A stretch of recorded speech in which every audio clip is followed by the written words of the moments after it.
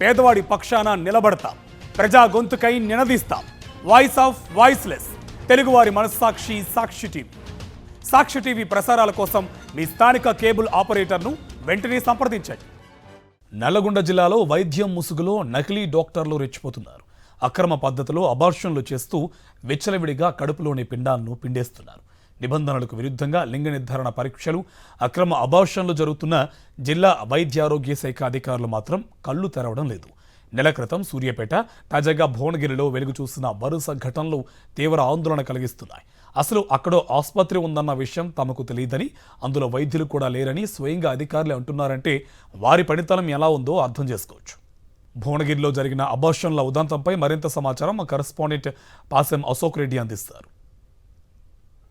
ఉమ్మడి జిల్లాలో నిబంధనలకు విరుద్ధంగా లింగ నిర్ధారణ పరీక్షలు జరుగుతున్నాయి, అబార్షన్లు అక్రమ పద్ధతిలో అబార్షన్లు కూడా జరుగుతున్నాయని చెప్పేసి పలు ఘటనలు వెలుగు చూసినప్పుడు కూడా వైద్య ఆరోగ్య శాఖకు సంబంధించినటువంటి అధికారులు నిమ్మకు నీరెత్తినట్టు కేవలం కార్యాలయాలకు పరిమితం అవుతూ ఆసుపత్రులు ఏవైతే గుర్తింపు లేనటువంటి ఆసుపత్రులు నడుస్తున్నా కూడా కమిషన్లు తీసుకుంటూ కూడా వాటికి అనుమతులు ఇస్తున్నారని చెప్పేసి కూడా పదే వెలుగులోకి వస్తున్నటువంటి విషయం బయటకు వస్తున్నటువంటి పరిస్థితి కనిపిస్తుంది.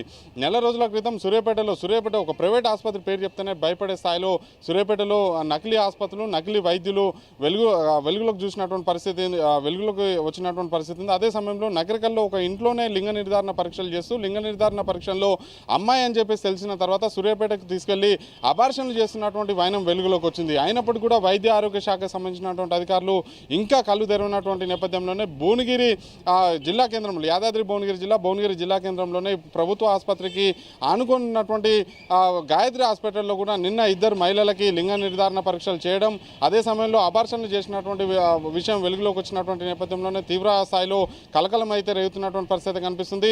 శ్రీలత, సుజాత నిరుపేదంలో కొట్టుమిట్టాడుతున్నటువంటి 2 మహిళలు కూడా గతంలోనే 2 మహిళలకి 2 చొప్పున ఆడబిడ్డలు ఉన్నటువంటి క్రమంలోనే మరొకసారి గర్భం దాల్చినటువంటి క్రమంలోనే ఆడబిడ్డ మగబిడ్డ తెలుసుకునేందుకు SLNS స్వామికి సంబంధించినటువంటి ల్యాబ్లో లింగ నిర్ధారణ పరీక్షలు చేయడం, ఆ తర్వాత గాయత్రి హాస్పిటల్లో అబార్షన్లు చేసినటువంటి ఉదంతం వెలుగులోకి వచ్చినటువంటి పరిస్థితి కనిపిస్తుంది.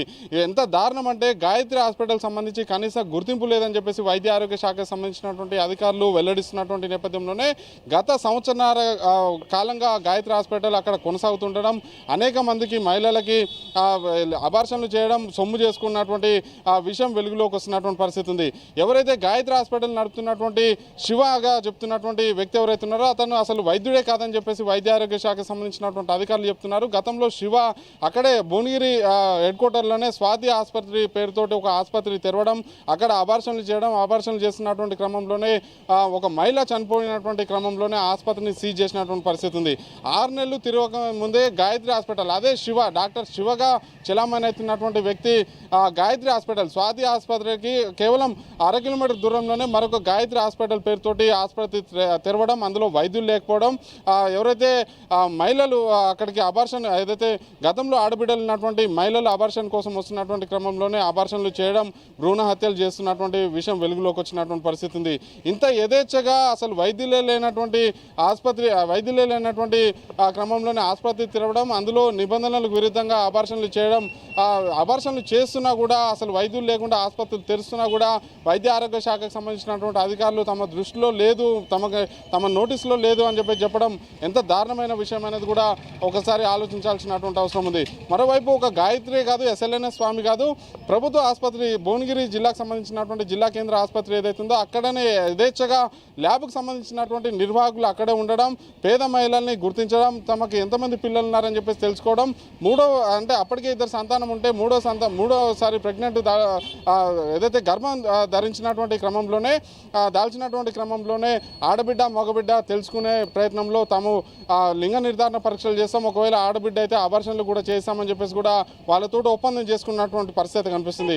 ఒక్కొక్క అబార్షన్కి 30,000 నుంచి 50,000 రూపాయలు తీసుకోవడం, నిబంధనలకు విరుద్ధంగా అబార్షన్లు చేస్తున్నటువంటి వైనం అయితే కనిపిస్తుంది. ఈ నిబంధనలకు విరుద్ధంగా అక్రమ పద్ధతిలో అబార్షన్లు చేస్తూ లింగ నిర్ధారణ పరీక్షలు చేస్తున్నటువంటి వ్యక్తుల మీద ఖచ్చితంగా హత్యాయత్నం కింద కేసు నమోదు చేయాల్సినటువంటి అవసరం ఉంది. ఎందుకంటే ఒక మనిషిని చంపితేనే హత్యా నేరం అని చెప్పేసి అనుకుంటే, ఒక కడుపులోనే ప్రపంచాన్ని చూడముందుకే కడుపులోనే హత్య చేస్తున్నటువంటి భ్రూణ హత్యలు కావచ్చు, కడుపులోనే పిండాన్ని హత్య చేస్తున్నటువంటి వ్యక్తుల మీద ఇంకా ఎంత స్థాయిలో తీవ్ర స్థాయిలో నేరాలు కేసులు నమోదు చేసి కఠినంగా శిక్షించాల్సినటువంటి అవసరం ఉంటుందనేది కూడా ఉన్నతాధికారులు అయితే ఆలోచన చేయాల్సినటువంటి అవసరం అవుతుంది. శ్రీనివాసరావు, పాషం అశోక్ రెడ్డి, సాక్షి టీవీ, భువనగిరి.